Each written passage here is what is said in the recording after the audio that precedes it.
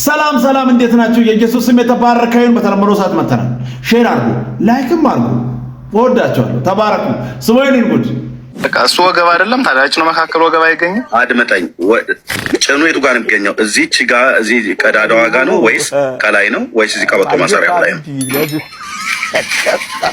ጭኑ ያለ ጭን ማለት ይሄኛው ነው። ወታች እኮ ይሄ እዚህ ጋር ከመቀመጫው ወታች አይደል? መቀመጫውም ጭን እኮ ነው። እግሩ መስመሩ አንድ እኮ ነው። ተው እንጂ እዚህ መካከል ላይ ታዲያ እንደሚገኘው የወንድ ልጅ ወገቤን ለማስወቃቀጥ ከእሱ እስከ ወገብማ ቀበቶ የሚያስርበት ነው። እዚህ ጋር መሀል ላይ ቀጥ ያለችዋ ምንድን ነች? የት አለች? ቀጥ ያለች እዚህ ጋር እቺ ቀዳዳዋ ነች። ልካልኝ ይሄኛው ጎንና ጎናችን አንድ አድርጋ የምትይዘው አታ ወደዚያ ዞረው ወደ በቆይ ወንድ ተለቀቀሽ ተለቀለ አድርገው ነበረ። ወደ ፒክቸር ቀየረው።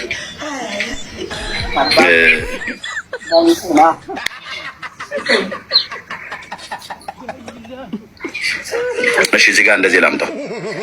የት ጋር ነው አሁን ጭኑ የሚገኘው? የትኛው ነው ይሄ? በዚህና በዚህ እግር መካከል ነው ጭን ያለው ወይስ እዚህ ጋር ነው ጭን ያለው? ይሄ እኮ ኔጌቲቭ ቲንከርነት ነው እንጂ እኮ ምንም ኔጌቲቭ ቲንከርነት አይደለም። መጽሐፍ ተነቦልሃል።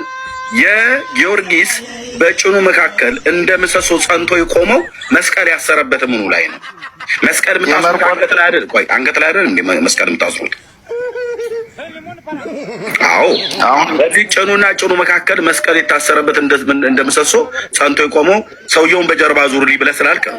አንተ እዚህ ቁጭ ብለህ 1100 ሰው ፊት እዚህ ጋር ገዝተህ የገቡት ማለት ነው። ከበስተኋላ ብዙ ሺህ ሰው ነው የሚሰማው። ልክ ጭን ማለት ይሄና ይሄ እዚህ ማለት ነው። በዚህ በጭንና በጭን መካከል ምንድነው? ከኋላ የጭን አይባልም። ከኋላ ጭን አይባልም። ኦኬ የኋላ ጭን ከተባለ ይሄ ነው። ይሄው በዚህ ጋር ማለት ነው። በዚህኛው ፓርት እና እሱ ላይ መካከል ከአንገት ጀምሮ በዚህ መካከል እንደ ምሰሶ የቆመው ምንድነው? ጸንወርድ ወገብ የለም። ምን ወገብ አለ እዚህ ጋር? እዚህ ጭንና ጭን መካከል የበቀለ የወንድ ልጅ ነገር ምንድነው? አንተ ምንድነው እያልክ ያለው እንዴ?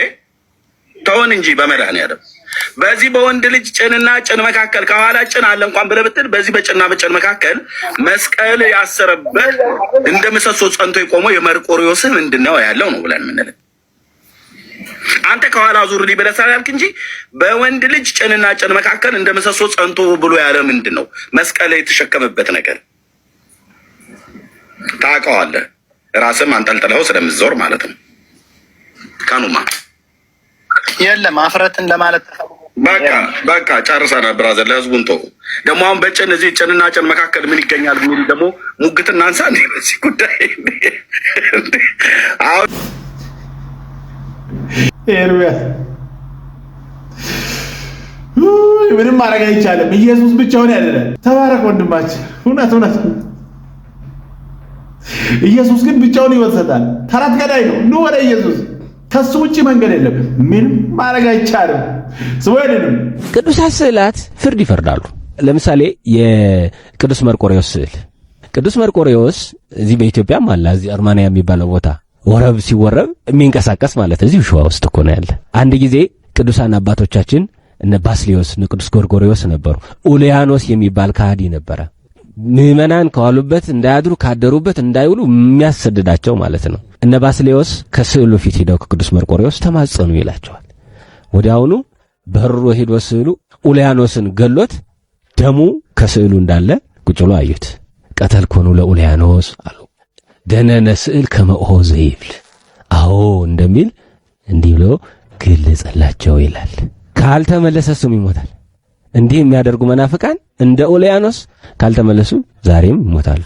ቀደም ከዚህ ቪዲዮ ላይ እንዳየነው እንደተረዳነው አንዲት እህት ባለማወቅ ባልገባት ነገር ሰዎች በሳሉባት ነገር ዘላ ገብታ የእመቤታችን የቅድስት ድንግል ማርያምን ስዕል የመልአኩ የቅዱስ ገብርኤልን የሌሎችም የቅዱሳን የአቡነ ተክለ ሃይማኖትን ስዕል ሁሉ እየቀደደችና እየጣለች ትታይ ነበረ።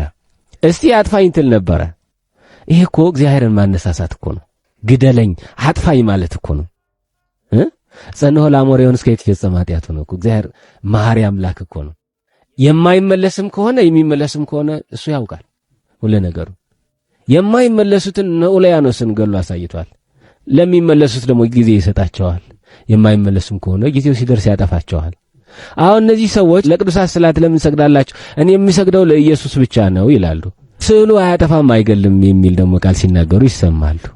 እውነት ከመድኃኒታችን ከኢየሱስ ክርስቶስ እና ከስዕሉ ማን ይበልጣል? ኢየሱስ ክርስቶስ።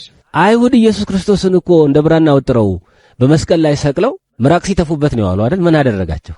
በጦር ሲወጋው ለንጊኖስ እኮ ደሙ ተፈናጥቆ አይኑን አላበራለትም። በወንጌል ላይ አልተጻፈም? ይሄ ሃይማኖት በግፊት የሚረዱት ነገር አይደለም፣ በትምህርት የሚያውቁት ጉዳይ። ፈራጅ ስዕልም እየመጣ ነው። ዝም ብሎ መስማት ነው። ስዕል ይገላል፣ ይፈርዳል። ፈራጅ ሆኖ መጥቷል። የሼቱ ነገር ይገርም። በጣም ተገርሞ ሲሉ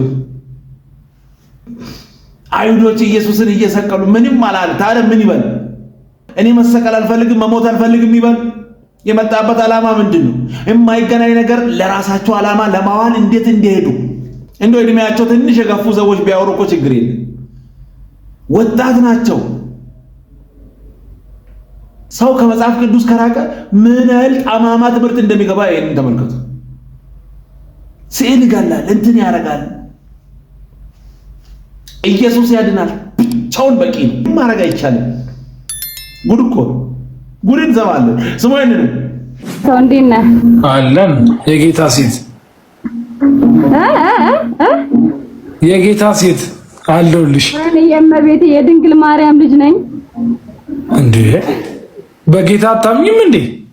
የድንግል ማርያም ልጅ ነኝ። እኔ የድንግል ማርያም የእመቤቴ ልጅ ነኝ። ኢየሱስስ?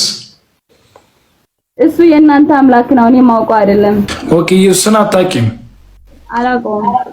ማንን ነው የምታውቂው? እሺ፣ እመቤቴን ነው ማውቃት፣ ድንግል ማርያምን ነው ማውቀው። የድንግል ማርያም ልጅ እግዚአብሔርን ነው ማውቀው። ኦኬ፣ ኢየሱስን አታውቂው? የእናንተን ኢየሱስ አላውቀውም። የኔን ኢየሱስ ክርስቶስን ግን አውቀዋለሁ።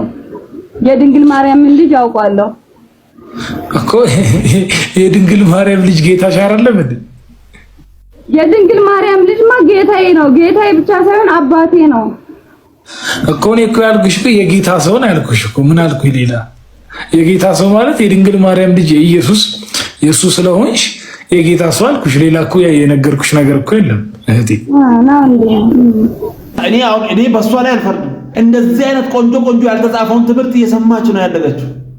ታዲያ የጌታ አይደለሁም የኢየሱስ አይደለሁም እኔ የድንግል ማርያም ልጅ ነኝ። ምን ጥፋት አለው? ምን? መጽሐፍ ቅዱስን ገልጣ አንብባ አታውቅም። ምን እንደሆነ አታውቅም። መጽሐፍ ቅዱስን ፈጽሞ አንብቦ የማያውቅ ሰምቶ የማያውቅ ትውልድ ታዲያ ሌላ ምን ያወራል? የተባለው ብቻ ይናገራል። ከዚህ በላይ ጨለማ አለ ወይ? የኢየሱስ ነኝ ማለት ይሄን ያህል ትግል ዳገት ይከብዳል እኮ። ኢየሱስ ግን ብቻውን ያድናል። ኑ ወደ ኢየሱስ፣ ወደ ጥፋት አትሂዱ። ይሄንን ነው ብለው ጆሮ ያለ ይስማ። ስሙ ይልንም እሷ ስለተባረከች ነው እሷ ፍሬ የተባረከው። ይሄንን ማመን አለበት ነው አናምነው። እሺ ወንድማችን ምን እያለን ነው? እሷ ስለተባረከች ማለትም ቅድስት ድንግል ማርያም ስለተባረከች ነው የማህፀኗ ፍሬ የተባረከው። ይሄን ማመን አለብን እያለ ነው። አናምነው አናምነው። አንደኛ ሚዲያ ተገኘ ተብሎ አይወራም። ብዙ ነገሮች እኔ ፖድካስቱን የተወሰነ ለመስማት ሞከርንና ብዙ ነገሮች ይለጠጣሉ። የተለጠጡ ወሬዎች ናቸውና የሆነን ሰው እቃወማለሁ ብለህ የተለጠጠ ነገር ማውራት አለብህ ማለት አይደለም። በነገራችን ላይ እኔ በውጭ ያሉ መናፍቃኖች ካላቸው የማርያም ጥላቻ ባልተናነሰ ሁኔታ ውስጥ ያሉ ሰዎች አከበርናት ብለው መንገድ የሚስቱት ነገር በጣም ያስፈራል ብዬ አስባለሁና ምክንያት ነው ያደረጋት። ለማንኛውም የማህፀኗ ፍሬ ለመባረኩ ማርያም መባረኳ እንደ ምክንያት ነው። እሷ ስለተባረከች ነው እሱ የተባረከው ማለት ምን ማለት ነው? የክርስቶስ መባረክ የማህፀኗ ፍሬ የተባለው እሱ ስለሆነ የእሱ መባረክ ከእሷ መባረክ የተነሳ ነው እየተባለ ነው። ታምኑታላችሁ? በቤተክርስቲያን ትምህርት አለ። ማንም እየተነሳ ይሄ ቤተክርስቲያን ትምህርት ነው እያለ የሚያወራውን ወሬ የሆኑ ሰዎችን ስለተቃወመ ብቻ ልክ ነው ብሎ መቀበል እጅግ በጣም አስቸጋሪ ነው። የመጨረሻ ነገር እኔ እዚህ ቲክቶክ ላይ በጣም ካስጠሉኝ ነገሮች አንዱ የሰዎችን ተራ ወሬና የሰዎችን ስብከት በተለይ በየመሃሉ የሚደረጉ ስህተቶችን ዲፌንድ ማድረግ በጣም ነው የሚያስጠላው። ወንድማችን በግማሽም ቢሆን አምነዋል። ልክ አይደለም ይላል እዛው ሆኖ ልክማ ልክ አይደለም መናፍቃን ይጣላሉ ምናምን እሱን ተው። የተናገረችዋን እያንዳንዱን ነገር ሰምቶ የሚኖር ጴንጤ ብቻ ነው። ሌላ ሁሉ ያልተባለውን ነው የሚያነበው። ዛሬ ማርያም በሕይወት በምድር ላይ ብትኖር እኮ ሁላችሁንም ፍርድ ቤት ነበር የምትወስድ። ስም በማጥፋት ወንጀል እግዚአብሔር ያልሰጠኝን እንትን ሰጥቷል። ስም በማጥፋት ወንጀል ያልተባለውን በማለት ሰማይ ያላለውን በመለጠፍ እግዚአብሔር ያልሰጠውን ወስዶ በመስጠት ሁልሽም ፍርድ ቤት ነበር የምትገኘው። ኢየሱስ ግን ብቻውን ያድናል። በግማሽም ቢሆን አምኗል። በቃ ሙሉ በሙሉ አንድ ቀን ይረዳል። አሁን ግን በከፍልም ቢሆን ጥሩ ነው። ሰውና አምላክን አንድ አድርጎ ማወዳደር አይቻልም፣ ነውር ነው። ኢየሱስ ብቻውን ያድናል። እንግዲህ ምንም ማድረግ አይቻልም። ሕይወቱ ኢየሱስ ነው። ስሞይነን ኢየሱስ ክርስቶስ ማስተማር በሚጀምርበት ጊዜ ምንም ከዋቅፍና የተለየ ነገር አላስተማረም። ምንጩም ከዛ ስለሆነ ኢየሱስ ክርስቶስ አስተምሮ የዋቅፍና ነበር ማለት ነው። የኢየሱስ ክርስቶስ አስተምሮት ከዋቅፍና የተቀዳ ነው እያሉኝ ነው ዶክተር? ኢየስ ዶክተር ነው ያለው። ጌታ ኢየሱስ ሆይ ኧረ በኢየሱስ ስም ምንድነው የምንሰማው? ገና ጉዳለ አለ። አሁን ምን ይባላል?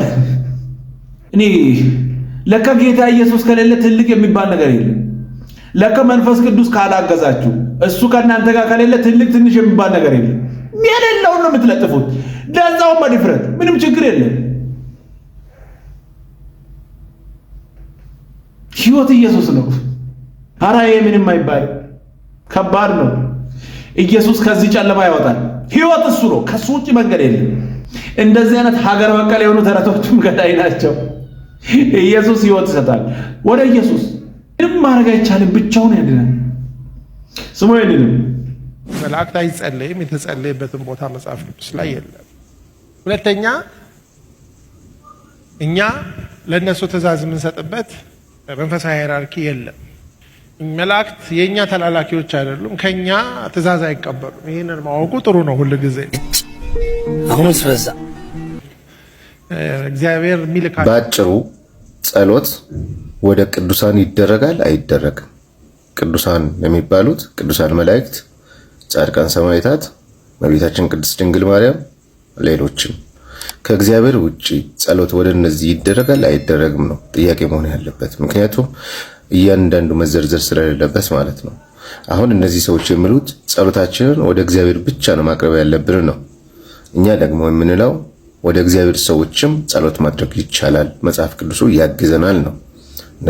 ከነዛ ውስጥ ደግሞ መላእክት አሉ፣ እመቤታችን ቅድስት ድንግል ማርያም አለች፣ ጻድቃን ሰማዕታት አሉ። እስቲ አንድ ማስረጃ ላቅርብላችሁ። ትንቢተ ኤርምያስ ምዕራፍ 42 ከቁጥር 1 ጀምራችሁ ስትመለከቱ ሕዝበ እስራኤላውያን የእግዚአብሔር ሰው ወደ ሆነው ወደ ነቢዩ ኤርምያስ ይጸልያሉ። እግዚአብሔርን ለምንልን ምሕረትና ቸርነትን ይልክልን ዘንድ ብለው ወደ ኤርምያስ ነው የጸለዩት። ኤርምያስም ወደ እግዚአብሔር ለመነ፣ እግዚአብሔርም ይቅር አላቸው። መጽሐፍ ቅዱስ ነው የሚናገረው። ስለዚህ ይህንን ፈለግ ተከትለን መጽሐፍ ቅዱስን ስለምንቀበል እኛ ወደ እግዚአብሔር ሰዎች እንጸልያለን፣ እንለምናለን። እግዚአብሔርም ደግሞ ስለ እነዚህ ሰዎች ስለ ጻድቃን ስለ ሰማዕታት፣ ስለ እናቱ ስለ ቅድስት ድንግል ማርያም ስል ይምረናል፣ ይቅር ይለናል። ከዚህ ውጭ ሌላ ምንም ነገር የለም። አለቀ። በጣም ጥሩ ነው። ዝም ብሎ ከሚያወሩት ያንተ ይሻላል። ትንቢተ ኤርምያስ ምዕራፍ 42ን ሄዳችሁ ማንበብ ትችላላችሁ። ወደ እግዚአብሔር ጸልይ ብሎ ነው በሕይወት ስላለ እሱን የጠየቁት። አዎ እሱም ጸለየ። አንተም እኮ አሁን ማንንም በሕይወት ካለ እኮ መጠየቅ ትችላለህ። ስለ አንተ ይጸልያል፣ እግዚአብሔርም ይመልሳል። ይህንን እናምናለን። በሕይወት ላለ ሰው ብቻ ነው የሚሰራው። የሞተ ሰው ጸልዮ ለሰው መልስ ይዞ መጣ የሚባል ቦታ አለ? እስቲ ከመጽሐፍ ቅዱስ ወደ ሞተ ሰው ጸልያል፣ እግዚአብሔርም እሱን ሰምቶ እንዲህ አይነት መልስ ይዞ መጣ የሚል ቦታ አለ? አንድም ቦታ የለም።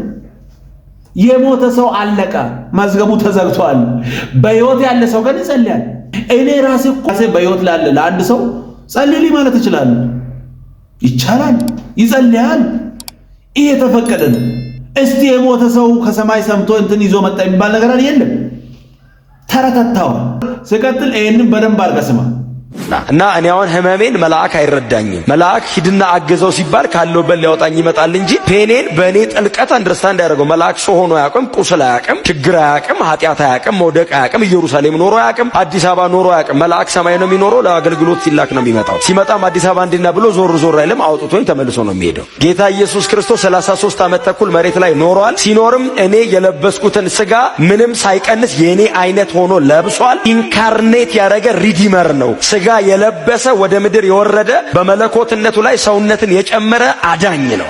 ስለዚህ አዲስ አበባ ስራመድ ሲያቅተኝ እኔ ቅፍርናውን በዚህ በኩል አልፍ ያለው ና በዚህ ጋር ይለኛል። ይራራልኝ ይችላል፣ ይራራልኛል።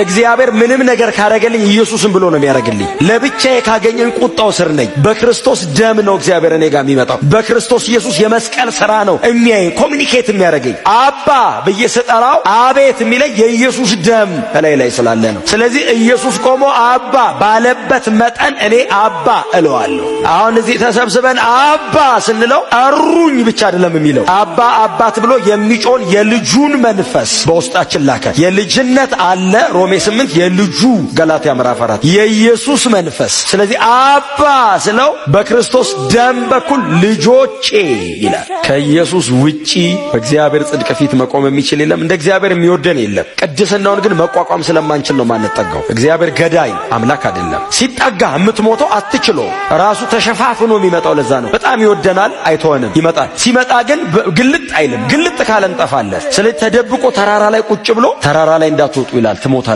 አትንኩት፣ እባካችሁ አትንኩት ይላል። አትምጣ እንዳትሉት እፈልጋችኋለሁ ይላል። ግልጥ ብሎ እንዳይጨብጠን ደግሞ እንሞትበታለን። ድብቅብቅ ብሎ ግን ያወራል። በመገናኛ ድንኳን በምን አቆራርጦ የሆነ ነገር ይላል። መሬቱን ያጨሰዋል፣ አለት ይሰነጥቃል፣ ያንቀጠቅጠዋል። ሰው መውደዱ እኮ ነው መሬት መሸከም አቅቷት። ሲና እኮ እስካሁን እኮ ወገቡ ጥቁር ነው። እግዚአብሔር ያኔ የዛሬ 3400 ዓመት የወረደበት ማለት ነው። አንድዶት ሄዶ ማለት ነው። ሰው ፈልጎ መጥቶ እኮ ነው ተራራ የነደደው። ሞከራ አሎን ሲለው ምን እናርግ ሲል ልጁ እኔ ሄዳለሁ፣ መደባበቅ ቀርቶ ፊት ለፊት አመጣቸዋለሁ። በድለውኛል ሲል መስዋዕትን ይሆናቸዋለሁ።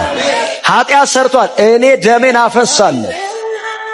ኢየሱስ ስሙ ብሩክ ይሁን። በእግዚአብሔር አብ ጽድቅ ፊት ለዘላለም ያቆመን ስሙ ብሩክ ይሁን። አድኖን ድናቸዋል ከማለት ያልፋል። በየዕለቱ ደግሞ ያግዘናል።